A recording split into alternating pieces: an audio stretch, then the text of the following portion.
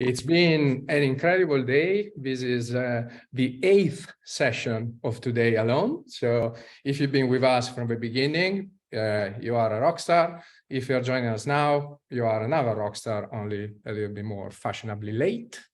An incredible session ahead of us. I'm here with a very special guest. He's a true giant of the Metaverse.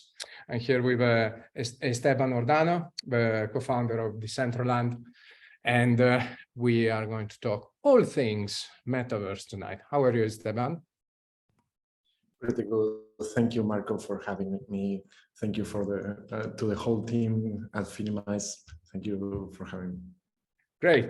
Thanks for being with us. So just before we get going with the questions, a very quick bit of housekeeping for me to make sure that everyone has got the best time here. You got the chat box and you got the Q&A box.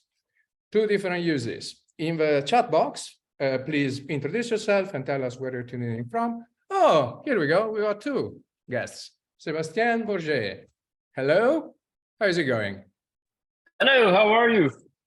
Very well, thanks. So we've got two giants from the Metaverse joining us tonight. So Sébastien Borget is the co-founder of the Sandbox. We'll have even more to talk about. Sorry, Sébastien, I was just in the middle of a little bit of housekeeping before we get going, so you haven't missed anything yet. I was saying, use the chat box to say your name and where you're tuning in from, so we get an idea of where people are. And use the Q&A box for any questions that you want our panel here to answer.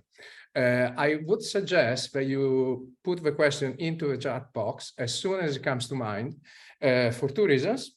First of all, because you can get other people to upvote it then, so you got more chances of us actually discussing your points towards the end of this session. So we'll do half an hour of an interview, and the last 15 minutes will be Q&A with questions from the box. Also, we're giving away freebies, and Q&A voting is involved. So, throw your name in the hat and hope for the best. I'll say we are going at this point. So, as I was saying, two incredible professionals in the Metaverse. You guys were there pretty much from inception, very much protagonists of what's happening today, and you are laying the foundations of anything that's to come. So let's get to it. If you were investing in the Metaverse, right? So all our audience here are retail investors. We are looking for smart ideas to invest their money. If you were investing in the Metaverse, where would you be placing your own bets these days? Esteban, do you want to start? Sure. I will focus 100% on social networks and connecting people together. I think this is clearly Meta's strategy, aligned with their vision of connecting the whole world together. But there are a lot of other alternatives like those in Web3, like getting involved with DAOs, getting involved with particularly those DAOs that are trying to have a real world impact. Of course, environments with their own economies and their own communities, such as the Sandbox or Decentraland. In this new era of Web3, I think it's a new thing that you can invest in projects from the get-go without having to be a particular kind of like a sophisticated investor, but do your own research and be careful where do you put your money. That's always a good caveat. I think, yes, I think Sébastien is a little bit more well-versed in this with the Sandbox, so I give it up for him to answer better. Excellent. Sébastien, what's your take? Thank you, Esteban. I think I would recommend essentially two potentially use case. One is like definitely related to like seeing the Metaverse as a future, as a platform for content, and the metaverse, by metaverse, I really mean like not just one single platform, but like a myriad of virtual worlds. So you have Decentraland, you have Sandbox, you have Voxel, Upland, and a few others. And all those platforms, all the ones that are essentially built by creators and the community, user-generated content platform, you will need they are almost like the new app stores of Web3 in a way, like or Steam store or and so on. And you will need to. It's still very early on in the metaverse, so I believe like we haven't yet found like the leading studios. Think of them like game companies, agencies, content warehouse, and more, who are like going to build like the successful experiences who drive the most engagement on those platforms. So yes, it's very content driven, and sometimes like content is more like risk driven as well. Like we've seen that in gaming 15 years before, like some investors, they were not supporting like video game company because they were saying it's like hit driven, but I still find like the metaverse hasn't found its Rovio, its Supercell, his King, his Scopely, Jam City, and all those top grossing studios that exist today because of but there's still early on in producing content, and the monetization model are still being explored. So if you're close to like those, and it's a growing ecosystem in Sandbox. There's already 230 studios like building for Sandbox, but also for other virtual worlds. And as you get closer to those, I'm sure there will be interesting opportunities that will arise over the next coming years. The second area I would look at is like definitely infrastructure. I believe that no matter like market cycles, you will always need companies that provide wallet access or provide like a certain type of common services that are necessary by any application, any decentralized application that's going to build upon blockchain. So whether it's a simplification or like blockchain as a service, whether it's wallet, whether it's maybe related to distribution and other elements, you will always need it basically. And so I believe that even those that appear as less sexy kind of business, like they're essential to pave the way for like building the Web3 infrastructure. And there's a lot to discover still on that side. This is very solid advice with regards to, resisting the hype as well, which we know in Web3 in general tends to be a very big thing. Looking at the fundamentals and at everything that's really the engine behind all this is probably a very good idea. Can I actually take you almost, I don't know if it is one step back, but it is to expand. Because as an individual investor, when someone looks at something like the metaverse, as opposed to many other different asset classes or different markets, there are so many more opportunities to invest. And I use rabbit ears because there are many different ways to deploy your capital in general, because it goes from investing into companies to becoming part of a DAO to just buying some of a currency that's part of any platform. It may be even investing in the NFTs that can be wearables or other items that you use. So there are so many possibilities. Do you see any interesting first steps for anyone who just wants to dip their toes into this market, or anything that the individual investor should be focusing on just now because the market is in the right condition? At least for me, you can go first, Esteban. Yes. At least for me, I like to invest in infrastructure services, like Sébastien said, all kinds of things that can help people connect, which that is my personal takeaway from the metaverse. Like for example, right now we are connecting over Zoom, and there are a lot of other technologies that made this conversation possible. It used to be that protocols were not something that you could invest on in TCP/IP or things like that. But in this new era, in blockchains, layer one, layer twos, different platforms like the Sandbox or the Decentraland. I think one of the key aspects for these investments is to make sure that you are investing in something that is going to stick over the long time, that it has some strategic advantage, that it provides a service, even though it may not have like a lot of market right now. Like if this continues to grow, I will invest on things like blockchain indexing, making it easier to create a 3D scene. There are a lot of tools right now that are like trying to help you become better at Blender and 3D models, trying to use some AI. But I've always based my investments on technical knowledge of what it is out there. And I also things that have a good chance at surviving in the long term. That's why with the Decentraland, I mostly push for making it all open source, making it all an open ecosystem, and trying to make sure that there's no single company that can fail and can bring everything back down. So yeah, tools, infrastructure, and long-term horizon investments. It's very much in line with the ethos of Finimizers. Sébastien, so you already hinted at the structure as well. And any other thing that excite you?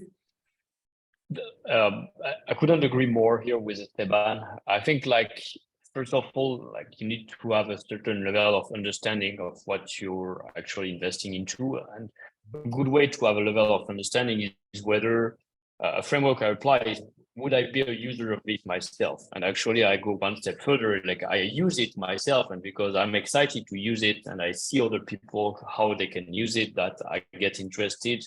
If I'm ready to pay for that service, rather than just pay for the service, I think, why don't I invest in a company that I'm ready to pay for? And I think that's where the value can be generated more.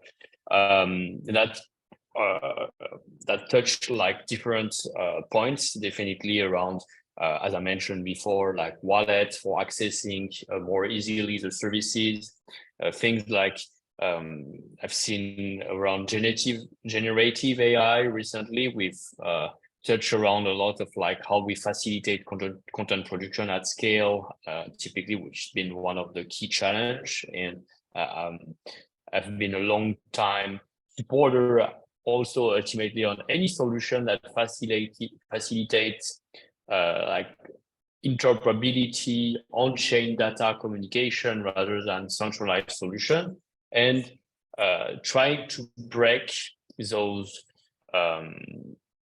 like centralized walled garden platform where the user data and the user content couldn't move from place to another. So I think the ability to use an avatar across 1,000 of virtual world, even centralized one, is what DPlayerMe has been doing. And I think like this is a great kind of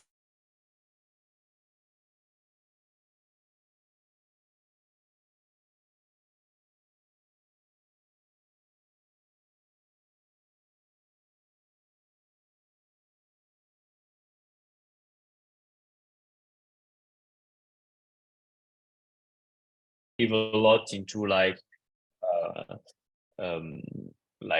investment in equity. Obviously, I'm also like super bullish around like token that have a real utility and real value for the users, and NFTs that are gaming NFTs that have also a real utility behind. So not necessarily collectible or art, which are like very valid asset class, but personally I have a taste for like avatars, game characters, equipment that I can play with and understand through the gameplay logic, how like utilizing them in the gameplay could actually generate certain yield, because like the resource I receive are also token I could sell.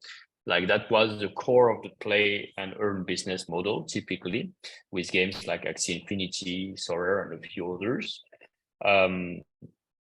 Also lands, virtual land, I think like Esteban and ourselves and myself, like we have two of the largest decentralized virtual world, which contribute to our virtual real estate as NFTs. And like virtual real estate, Decentraland is a very easy to understand category of digital asset. It's very similar as real world real estate, and you own it, but it's not going to generate value on its own if you just own it. Like you have to build an experience on it, attract users to actually monetize it like a real world business, except like because it's in the metaverse, technology make it accessible globally. You can build crazy thing that goes beyond laws of physics, and content creation is much more accessible and fast than in the real world. I'm glad that you mentioned this. Actually, I think we'll be getting back to this concept of digital land and digital real estate, because I see there's a couple of questions in the Q&A box. So just to wrap up, because there is a lot, I won't go through the names in general, but in terms of principles, I think we're discussing very sound principles here. It's all about looking more towards the long term, really understanding what are the expected behaviors of the users and what is it that we perceive as valuable, investing in things that we understand, that we would use ourselves, or we actually use ourselves, with the example of the avatars that you made. And of course, understanding what's the underlying technology, what is it that's really powering all this industry, because that's there to stay, and that's in to provide value for the longer term. Did I get this right? Fantastic. Let's move on. So the metaverse is really hailed as the next era for social media, and actually is becoming more and more of a thing in general. In fact, super timely, just yesterday, Oxford Languages announced the new word of the year for 2022. Metaverse is the runner-up. So it's the second most voted and most used word in the web. So, this bodes well for a big 2023, I think. To the point, Meta alone, what used to be Facebook, is planning an investment of $100 billion just with regards to metaverse-specific projects. What's the impact of such a large player pouring all this money into the landscape? And in general, how do you see the benefits and the spillovers from an investment like this coming to life in the months to come? Sébastien, do you want to start?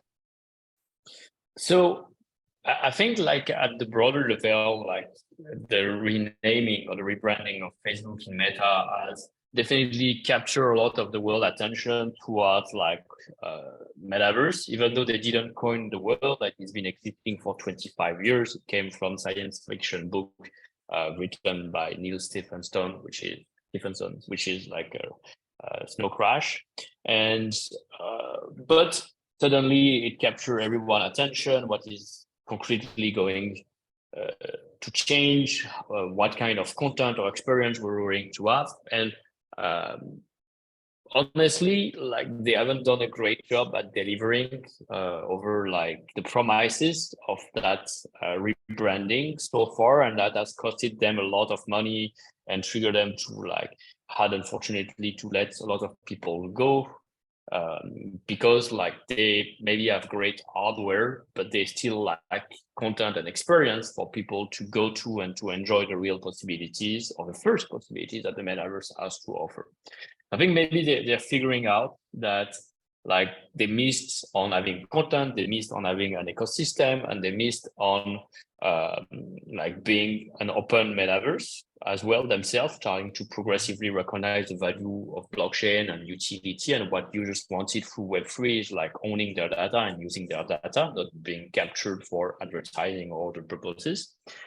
And ultimately, it could be great to start an ecosystem. I still find it's going to be challenging to deploy that capital. I don't know like what kind of timeline they're going to put, how they're going to assess the project behind, and if like the project who are building on a centralized platform, which doesn't use natively blockchain technology to share the value with the main contributor, is actually a healthy choice for any entrepreneur who will want to build on a platform that actually is building on past technology instead of future technology like Web3.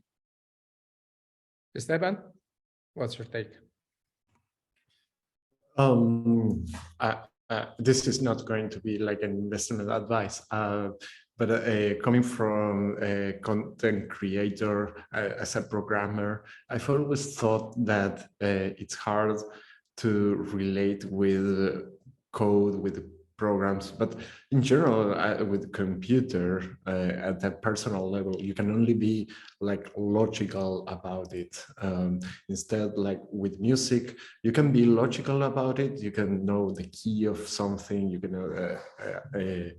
You can also touch it with an instrument. You can dance with it. You can connect with it with a lot of different parts of your body and your brain.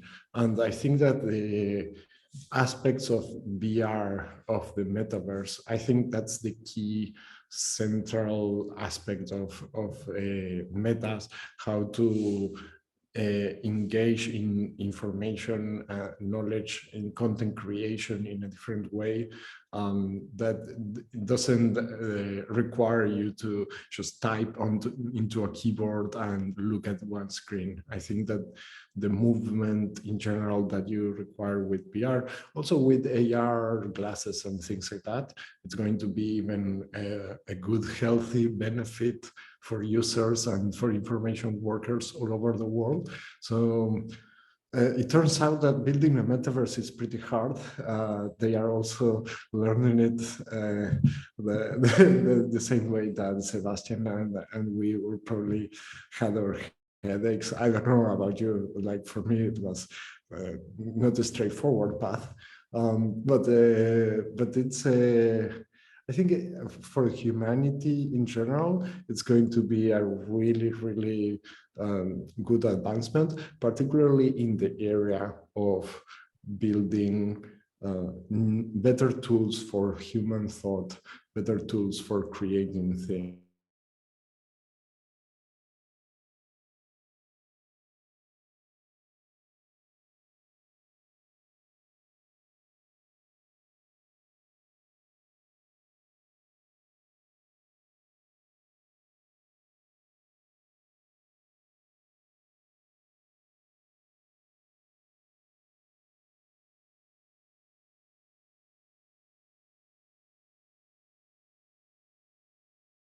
When it comes to being the metaverse being a platform for the creator economy, collaboration being important, experiences that portability, being able to move between platforms is an important thing that you mentioned so far.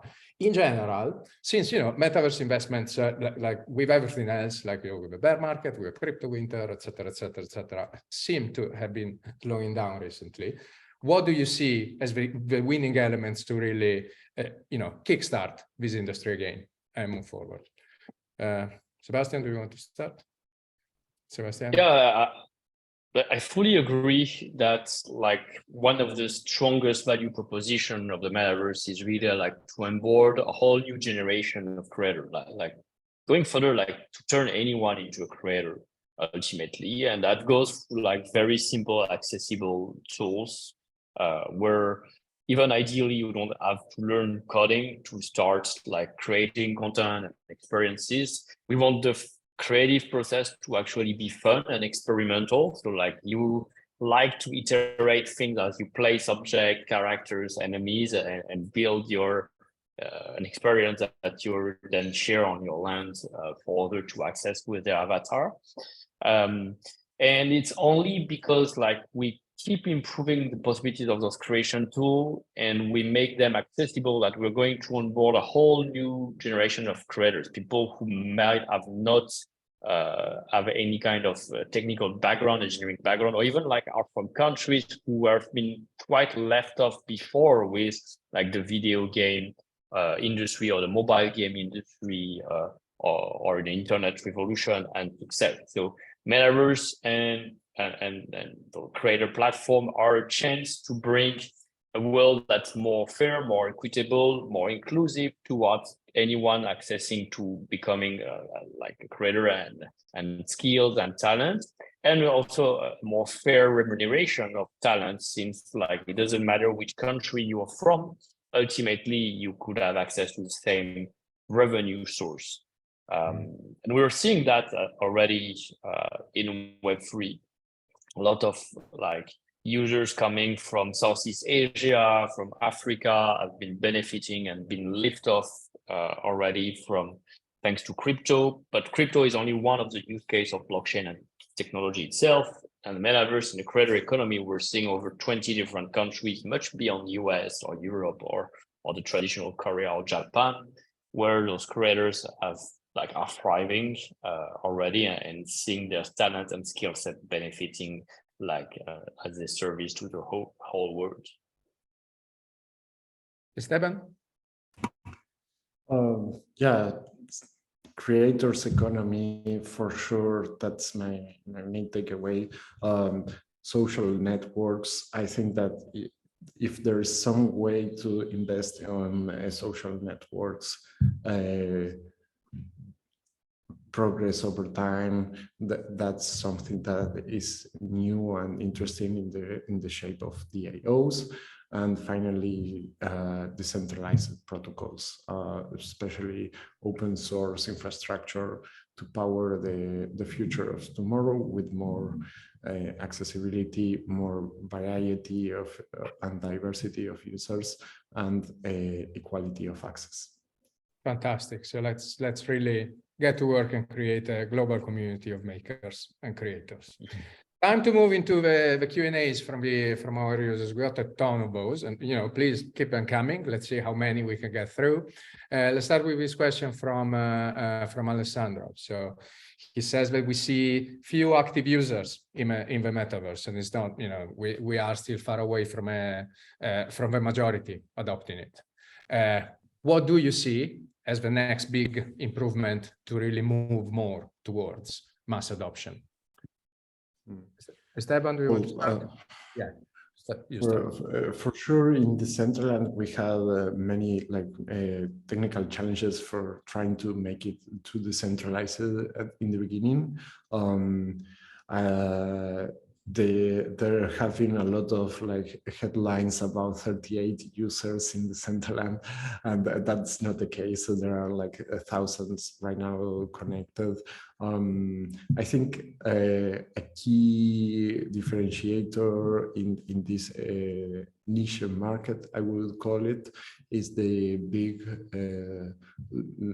lifetime value of users. And that has helped us, even with a small community, to survive longer. So basically, it's that there are a lot more users than show up, and the lifetime value of users is a lot larger. Okay, Sébastien? Yeah, a few things. I think the data that is on chain is correct. It reflects only the number of transactions between users. So at which point of time two users are buying or selling, exchanging NFTs, or making your first purchase, which I believe even in the real world, when we attend and we go to a theme park or a shopping center, we don't just count the number of people at the cashier who are paying. We have to count all of that traffic. And in Sandbox, we had 40,000 active users on a daily basis during Alpha Season 3, 17 million visits for 10 weeks. That's our great metric that shows engagement. And people spend 20, 30 minutes on average per session, 1 hour 20 per experience. This is a huge paradigm shift. And we have to consider that while we are not yet on mobile, we're only on PC and Mac, not even web. So there's still some friction for users to enter Sandbox. We are not fully live. We're only open during season. And we're not focusing on monetization. We're focusing on creativity, offering experiences and offering rewards for users who spend time on the platform as well. And that relates to the second point of Esteban, which is once a user has opened a wallet, it's almost like you open a bank account. Then that wallet is going to follow you over your lifetime. You're going to accumulate NFTs and token of value in it. And that's building up a much larger lifetime value LTV on those users. And having fewer users, but larger LTVs, then going to participate, engage, potentially make purchase on your platform, support the creator economy. I think ultimately it's more valuable than having hundreds of millions of users, but maybe 1% of them spend 50 cents typically. And this is kind of like the opposition with traditional Web 2 or Web 3 models. So we ultimately, yes, it will be great in 10 years to have 100 of millions of users or billion users in Sandbox or in Decentraland. But because we are not built around the same core business model, it's not needed to have like revenue on our companies or company valuation that reflects that our users are more engaged, more valuable, and there is already generation of revenue from transaction, primary and secondary as well. Excellent. So, the focus now is on building this universe out, building the world, creating richer experiences, and making sure that the ones who are coming on really make the most of it and are there to stay. Omar is asking a very pertinent question. So what are the risks to consider? So as a retail investor now, you convince me, everything that you said so far makes sense. I want to put some of my money into the metaverse. What is it that I need to be aware of? What I'm risking? Sébastien, do you want to go first? As an investor, you're risking everything. So just keep that in mind. Like your mindset should be like, there is no certainty in any investment. There is no guaranteed return on any investment. So you should be ready that anything you're going to put as an investor, this is not savings that you're doing, it's investing. Like you could totally lose all of it. And for many reasons that goes beyond just the product or service or company you're backing or token you're backing, but market risk, technology risk. We've seen so many factors that could also be non-dependent only on the company or product you're investing that's reflected. I would say like the risk is not to do your own research. The risk is not to understand the product or technology you're investing. The risk is to not understand that like the team that are building those product services are over-promising and under-delivering, or have no experience before in shipping products. Or the risk is to put all your investment into one single bucket, like that's even greater risks. So generally speaking, if you're interested into the metaverse, you should consider like how much you're ready to put and how you're going to spread the risk across a certain number of companies that are aligned with your investment thesis and certain criteria that ensure like potentially a higher chance of success. So what you just described are very sound principles of investing in any asset class, in any market we're looking at. Do you see any specific difference, any specific risk coming together with Metaverse compared to deploying the same capital in, say, stocks? Do you see anything that's specific to these kind of projects or platforms?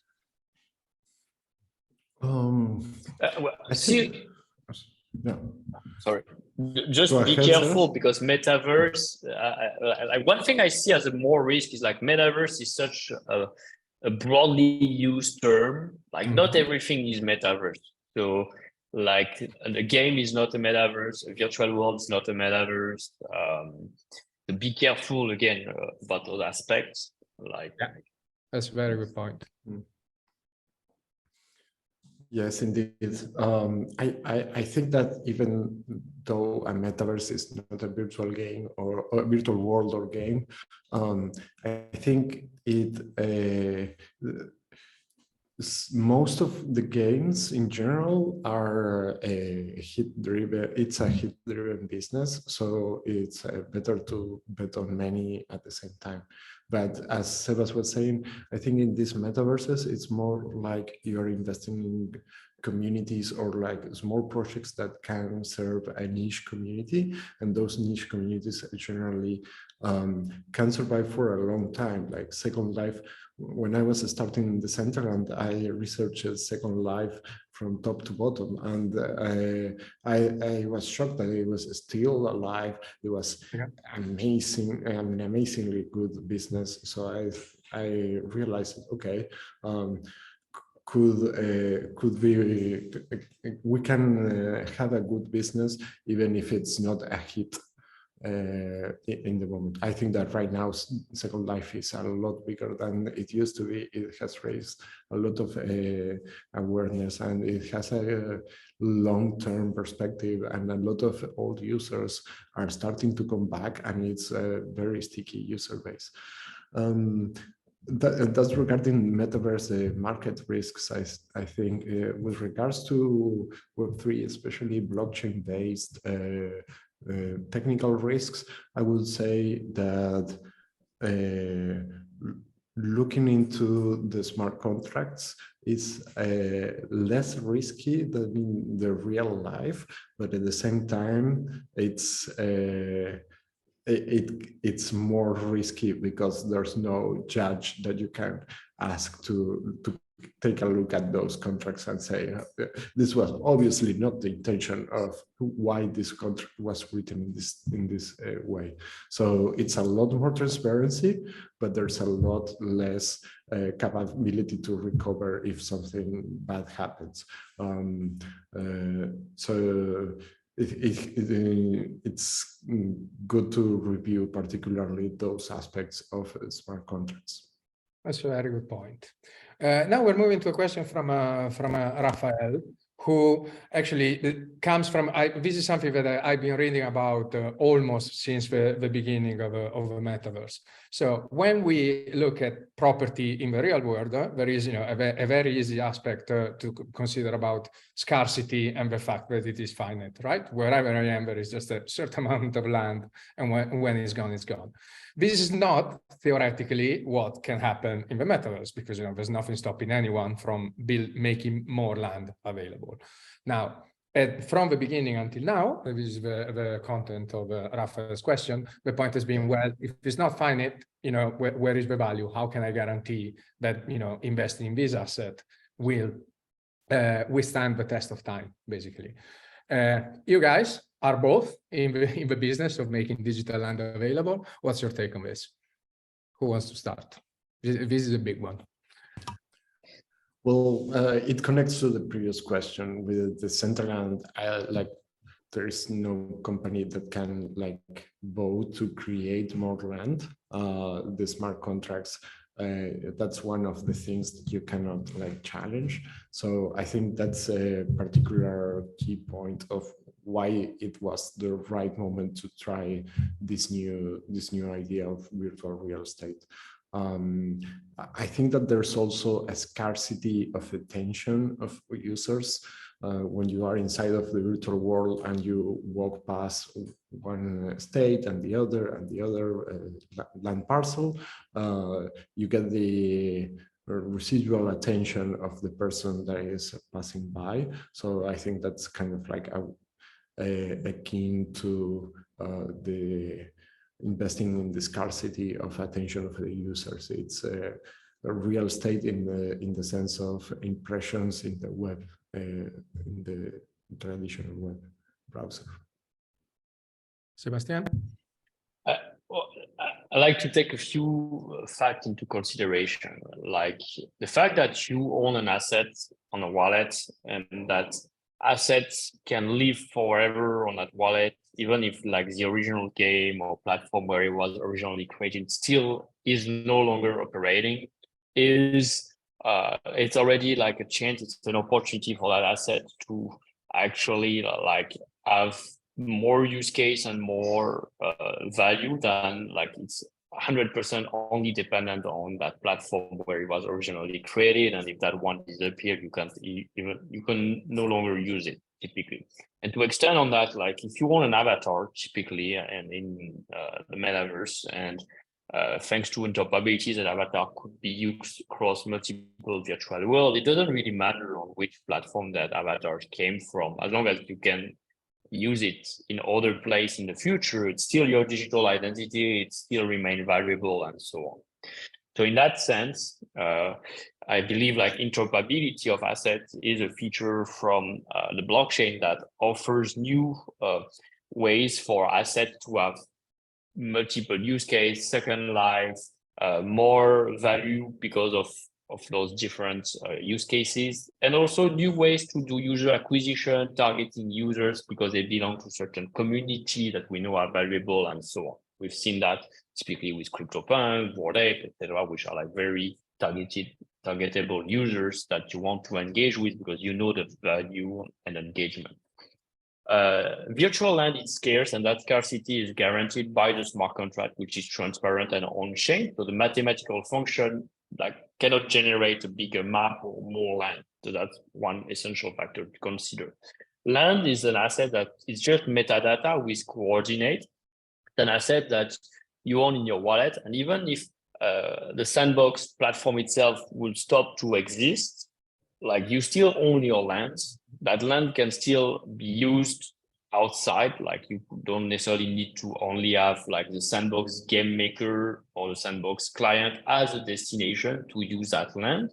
And actually, I'm sure someone in the future will build something that it doesn't matter if you own a land in Decentraland, in Sandbox, etc., to actually access those experiences. That could be a gameplay or meta gameplay that will be just taking account the metadata of the NFT itself and not like trying to reproduce necessarily the platform. The second way is definitely like as if you want to make it resilient to future proof to like going down, like open sourcing it to the community ultimately is the ultimate way to like full decentralization. And it's one like we'll consider in a few years as well as a very viable solution. I didn't say we'll do it, but it's a very viable solution that we're looking into. We won't hold you to that, but we'll be watching. Let's see what happens. Yeah. Sure. And yeah, I believe like it's all about also like continuously proving and demonstrating that like there is regular updates with your project, regular activation within your lands that bring your user back and grow a community that also demonstrate that you're building value. So it's not just launching a content and letting live its life on its own, but it's through live ops, updates, continuous development of the platform underneath that like you show that asset will still hold value over time. Fantastic. Guys, it's incredible. We're already at the end, and you know, I know we just started. We literally had a sneak peek into this brand new universe that you guys are building, and other creators like you are. I think there's a ton of interesting ideas that people can go off and research now. All the Finimizers who tuned in. Anyone in the audience, you made it through the first half marathon. Tomorrow there's another one, so don't forget to tune in at 12 p.m. London time. Is the crypto's path to mainstream. So, you know, more to come on how easy that we make this into something mass adopted. There will be Craig Sun from Grayscale and Yuri Sorokin from 3 Commas on the panel. Sébastien, Esteban, many thanks. I think, you know, you've shared so much knowledge that, you know, there's enough notes to go for another month. And have a good night, everyone. Oh, tomorrow night, whoever is in London, we're also meeting in person. So, you know, this never ends. Thank you very much. Thank you, everyone. Bye-bye. Bye.